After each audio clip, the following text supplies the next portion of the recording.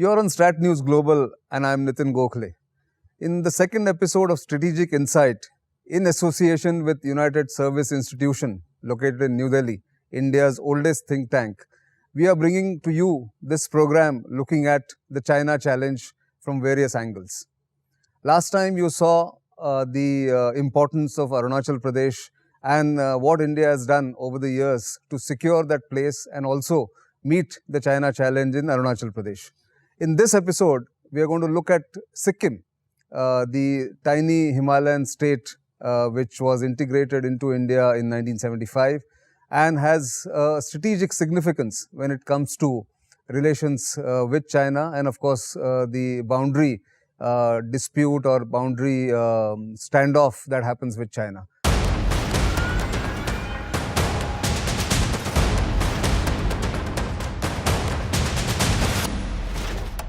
So to look at the strategic significance of Sikkim in the context of India and China, we have with us a very distinguished panel. To my left, Major General B.K. Sharma, the Director of USI, and of course somebody who has great experience in dealing with the Chinese, especially in Sikkim and elsewhere, of course, through his career. He is somebody who started off as a young officer getting deployed on the Siachen Glacier way back in 1982-83 and of course then went on to become a Major General in the Army. And to my right, a familiar face for you, Lieutenant General Devraj Anbu, a former Vice Chief of the Army Staff, and again somebody who has dealt with the Chinese both in Sikkim, Arunachal Pradesh and as Northern Army Commander in Ladakh. Welcome both of you, and General Sharma, if I can start with you. Sikkim is of course a very small tiny state but was in focus in 2017 when the Dolam or the Doklam crisis, the standoff happened with China. Tell us a bit about that sector of the India-China boundary and what significance does it hold for India? Thank you very much for getting me to your show. Sikkim is strategically very important state for India. While its borders are very short, about 220 kilometers, but it is a strategic wedge between Nepal on one side and Bhutan on other side. And with both neighboring countries, it has open borders. If you look at towards Johnson Peak and you go further south, there's about 50 kilometers open border it has with eastern Nepal, and then you get into Siliguri corridor. Likewise, you go to the further east and you look at the Tri-Junction area. Well, we call Tri-Junction Batangla Pass, but Chinese say it's the Gyamunchin Peak. Again, you have an open border. There's no deployment down to Siliguri corridor, which is just about this thing.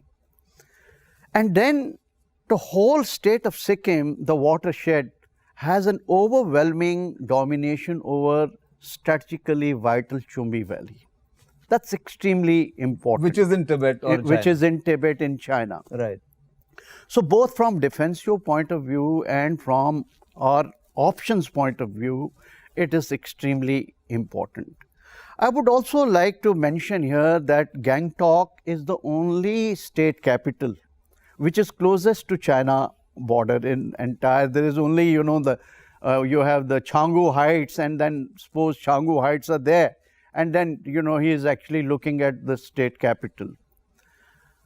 Now, this entire area lends itself to some kind of a asymmetric and collusive warfare.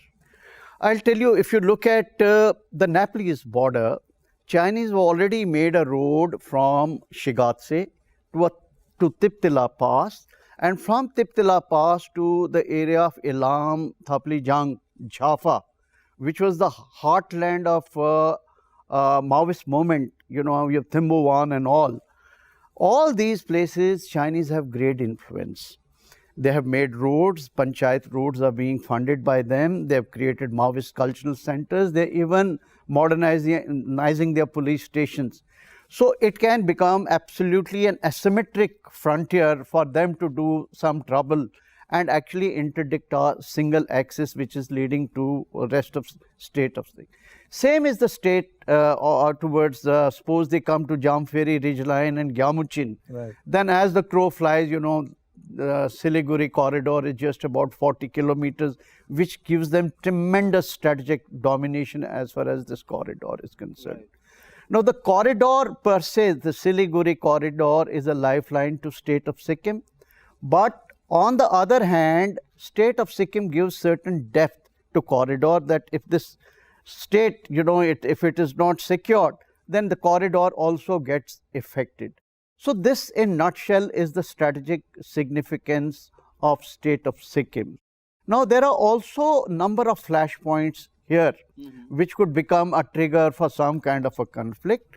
And we know 2017 we had the Doklam or the Dolam crisis, Yes. and they have a sizable presence today along Mirugla Sinchela ridge line. You know, they On build their up side some- of the their side of this the thing. IB, yeah. So they have sizable, but earlier they had nothing south of Yatung except some platoons deployed here and there facing the ridge line.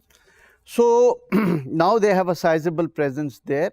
Similarly, they have activated Nakula. You know, we had a standoff, Right. and I have been privy to number of standoffs in the area of Finger and Plateau for 2 years. And finger in Sikkim, I must emphasize, Yes. because you know, people will mistake it for finger, because which is now very No. common, not in Ladakh but in Sikkim. Finger in Sikkim, the rim area where they wanted to construct road, they wanted to come forward to Finger 5 as we call it, but sort of we deterred them, and ultimately we've been able to prevail.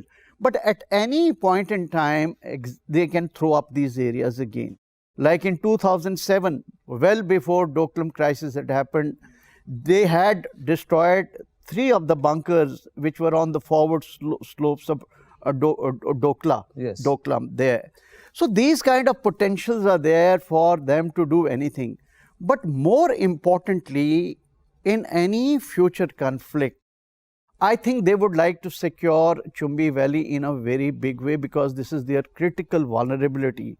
So the whole calculus of our military equation should be, how do we ensure that we keep our Chumbi Valley options open? That how we dominate, continue to How we dominate it. continue dominate, and it is a very good option for us to do some quid pro quo. Should we get under pressure in some other sectors and all, then I think we can really pay them up. And for that, Bhutan has also a tremendous significance.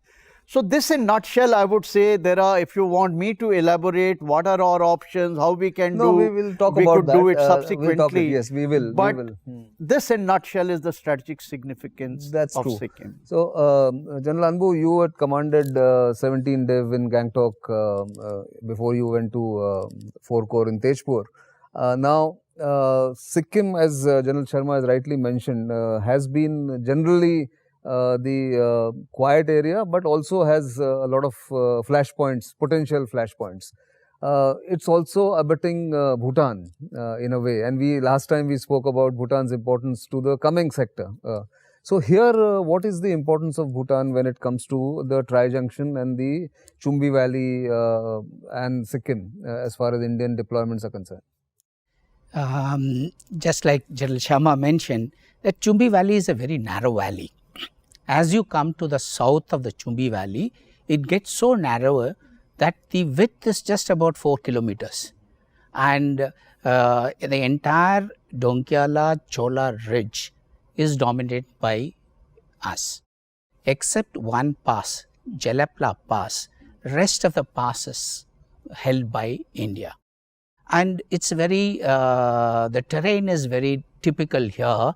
Like you see the fingers in Pegongso North Bank, here you have Amacho River coming down from Yatung down to the Chumbi, and you have the fingers going from the Chola Ridge into the Yatung, converging somewhere north and south of Yatung. Right. So he is segmented in those fingers and he has to come up. Okay, it's a very narrow. Now coming to the importance of Bhutan, there is a similar ridge on the Bhutan opposite Yatung, that's called the MK Ridge, which goes down right up to the tip of the Chumbi Valley. And because he doesn't have the depth, strategic depth, if he has any offensive capability, then perforce he has to have some elbow room, for which he can only look to the east and not to the west, because west the ridges are very high and very well dominated and very intricate defenses are there. But whereas on the Bhutan side, it's not so. So, if he does try to expand to the west to get some elbow room, is where the Bhutan comes into play.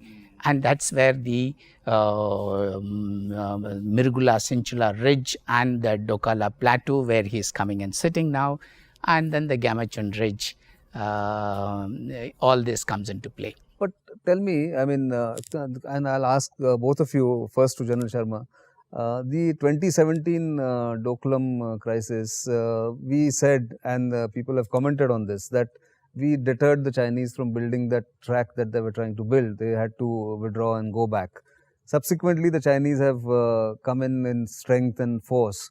But does that change any of our dominance in terms of deployment or the heights that we are dominating against them in Chumbi Valley? Or does it give him any additional advantage that he is now built on their side of the border?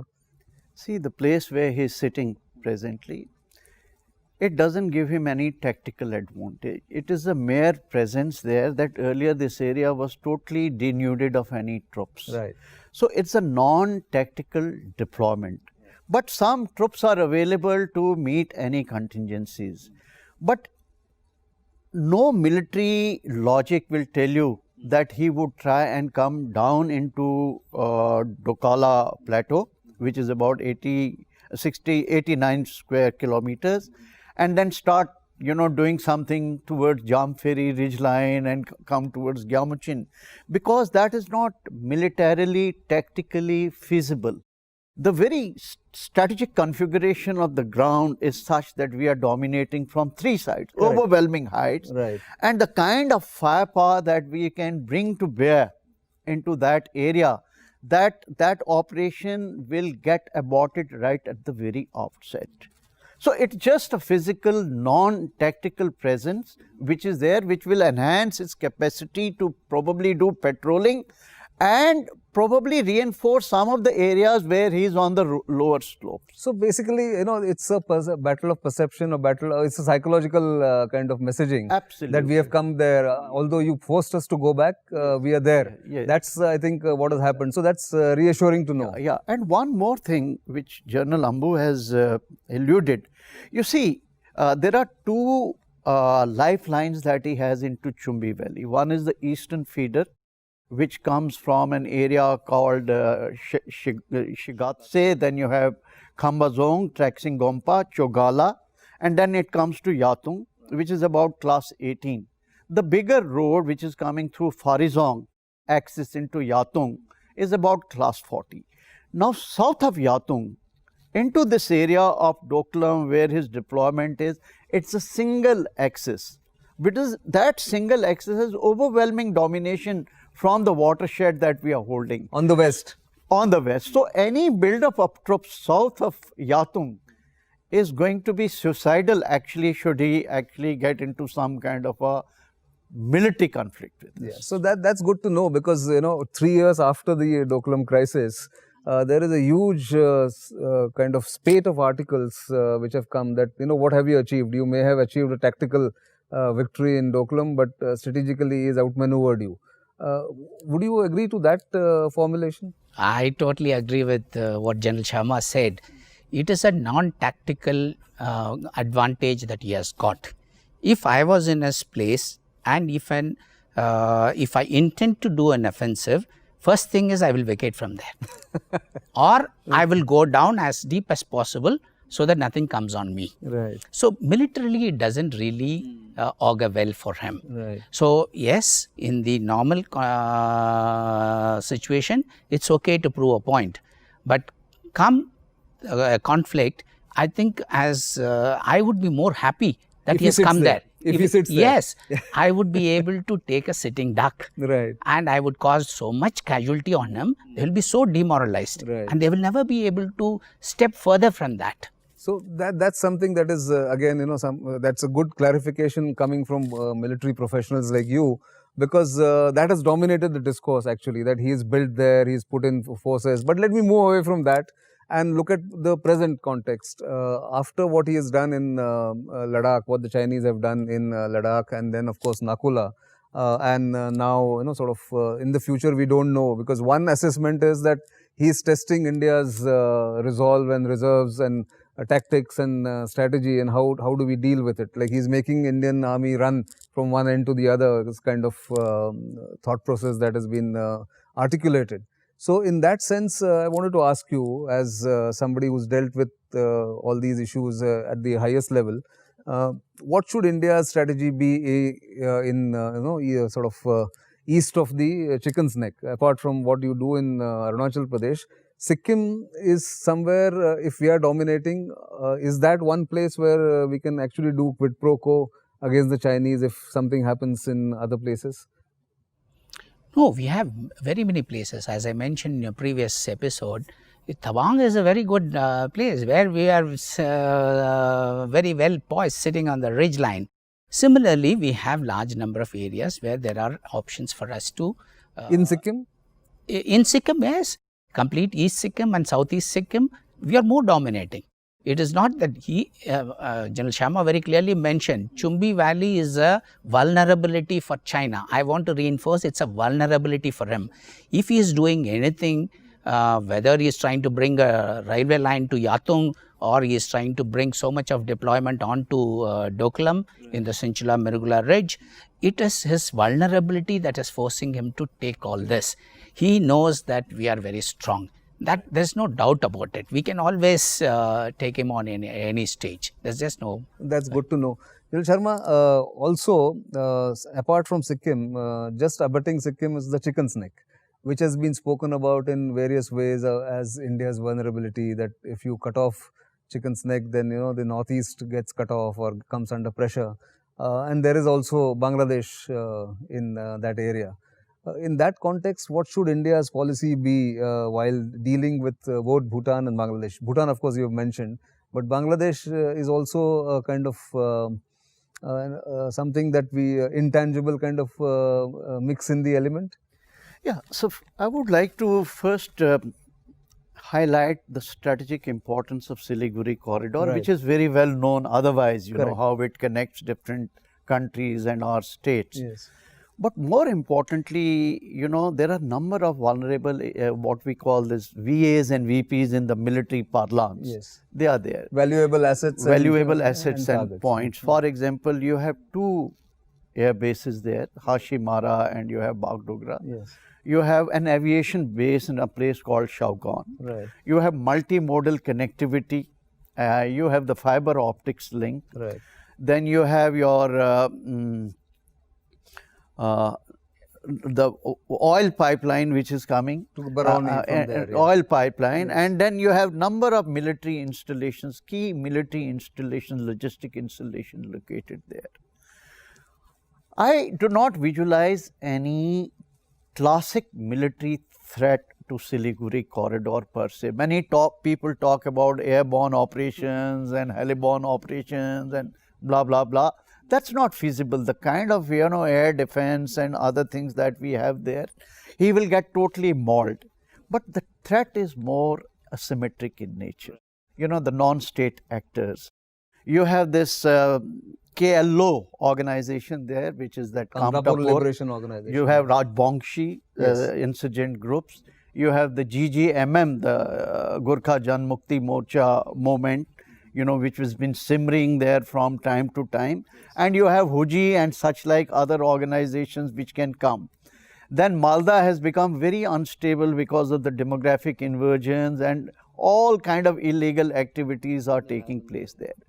So some of these non-state actors can be leveraged by our adversaries, either through porous border of Bangladesh or Nepal, to create a little bit of a turmoil And instability. which will affect our mobilization and our access to some of these states, and it has its own economic losses. Unfortunately, we do not have a very cogent and coherent system of maintaining security in Siliguri corridor. On one side, you have the BSF. On the other side, you have the SSB looking after Bhutan Nepal. and Nepal border. Then ITB somewhere in the areas looking China. Even intelligence organizations are not very well, networked there. So as a result, there is nobody who is actually in charge of Siliguri corridor. Yeah, that's the vulnerability. That is the vulnerability, that if tomorrow this corridor is exploited and activated through asymmetric means, then to begin with, we'll have that kind of a chaotic condition there. And I think it is right time for us to set some of these issues in order so that we are able to have sustainable security of Siliguri. I get your point, but having lived in the Northeast for a long time, I have one more element which I always worried about is the monsoon and the weather and the flooding of the plains of North Bengal and adjoining areas of Assam, because the railway line gets cut off for a number of days, maybe at months together. And of course, then there are these smaller organizations that you mentioned, KLO, there are Bodos who launch Ulfas on the other side. all of those. You've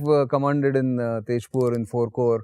How are those elements looked at? I mean, there has to be some kind of a backup plan for these intangibles or threats, if not threats, at least the disruptions that are there. Basically, beyond Siliguri corridor, it is mainly the Assam. Right. So, having dealt with Assam government, I can tell you that they are much well prepared. They have a system in place. They have a war book where all agency gets coordinated, and there is a number of rehearsal takes place, and they are quite well prepared to take care of any interruption to the lines of communication. Coming to the Siliguri corridor, like General Sharma mentioned, you have West Bengal, you have the Assam and Sikkim all mixed up. So therefore, there is someone who has to take stock of the situation and bring about some order here, like it's being done elsewhere. I think a little bit of a coordination and an effort from the Ministry of Home Affairs, I think getting all of them together with the states, I think we'll be able to solve it. It's not a very big thing, but it needs a little bit of an time and effort to do that. Because it also connects, Siliguri also connects Sikkim, Bhutan, Darjeeling and the rest of the Northeast. Yes. So actually, in a way, strategically, it is a very, very important kind of an area. And if we have to keep the Bhutan on our side, in the sense that they don't get upset with it, I think that's one of the areas which is used by the Bhutanese more frequently than anywhere else, from I think. Phuntsling From to this Phuntsling place. to Yes. this place. So in that sense, you would have dealt with the Bhutanese, both of you. A bit of thing about the people-to-people contact, or what is changed in Bhutan because it's become a democracy. Do you foresee some kind of differences of opinion between the democratic political leaders of Bhutan and the royalty? To you, General Sharma first, and then to General Anbu. See, I have been twice to Bhutan and have had discussions with the King 4, King 5, their PM, their Chief of Army Staff and all. I don't think this is a major factor in Bhutan as yet. Okay. There are people in the northern areas who are doing illegal trade with the Tibetans and this and that. That's a very minority sentiment that we should have better connectivity. Those are purely individual commercial interests. But the people of Bhutan per se have seen which way the Tibetans have gone. And they are very enamored with Bhutanese way of life. And I mean, no allurement and no kind of enticement will actually deviate them from that Bhutanese way of life, and that is very much secured by being aligned with India. But the larger issue is we can't take them for granted. Right. Exactly. They have those aspirations. The democracy will bring new aspirations, new hopes, and new conditions. Correct. And therefore, we have to be alive to those sentiments and realign our policies and don't take them for granted what we did to people of Nepal. Right. I leave it at that. Okay. Chiralanbu, your thoughts? Bhutan, I mean, I hear some discordant voices sometimes from Bhutan, but generally I know that the Bhutanese say that we are south looking, not north looking. Is what is your thought also? In Bhutan, I think we have a fantastic relationship at all levels. And 2-3 things which is very positive is the alignment of the royalty there with the government in power. Second, the democracy, as I said, is a fledgling democracy. They have their own challenges. It was brought in by the fourth king. He himself voluntarily abdicated his throne and wanted democracy to come up. So naturally, he wants democracy to thrive in Bhutan. So the fledgling democracy will have its own challenges of meeting the aspirations of the people. And in the people is basically the young people who have suddenly got exposed to the outside world through the social media, and their expectations are also like anybody else, any other young population. They want so much, all those things to be met. So there are some conflicts at this level in the social media generated, but otherwise the people are, they understand very well as to where they need to really align, because geographically if you look at, they are all huge high mountains with That's no what they keep saying, connectivity that to, we are always looking they south. always have to look at, south. India and south. And the elder people in Bhutan, they have, and it's a very close society, I must tell you, less than 1 million population. Right. Each one knows if he's living in western Bhutan, he definitely knows even people in the eastern Bhutan. It's a very close-knit society. Right. Therefore, nothing can really shake if the foundation is very good. It's a transition. Yes. Probably it, yes, the social media, if it is manipulated by the adversary, can make a dent temporarily, Yes. but it is only temporary. The other point, sorry, before you close, the other point I want, the relationship between the Royal Bhutan Army and the Indian Army is phenomenal. Correct. I think one of the pillars on which the Indo-Bhutan relationship is existing is on this. Right. So therefore, nothing really can shake. Yeah, no, that's very assuring and reassuring to know, because that area is strategically extremely important, but not as vulnerable as say extreme heights of Arunachal Pradesh or some parts of Ladakh where there is no population. I mean, we suddenly won't know what's happening. But here, that problem does not exist, and both of you have served in that area. It's good to know what's happening on that front, and that's all I have to discuss in this episode. We will come back again with more details on maybe next time on Ladakh and India's challenges in Ladakh, but that is something that is an ongoing crisis right now. Hopefully by the time we come and discuss Ladakh, that crisis would be over. But till the next discussion, please do keep liking us on our social media platforms, keep sending us comments and feedback, and keep watching Strat News Global. I am Nitin Gokhale.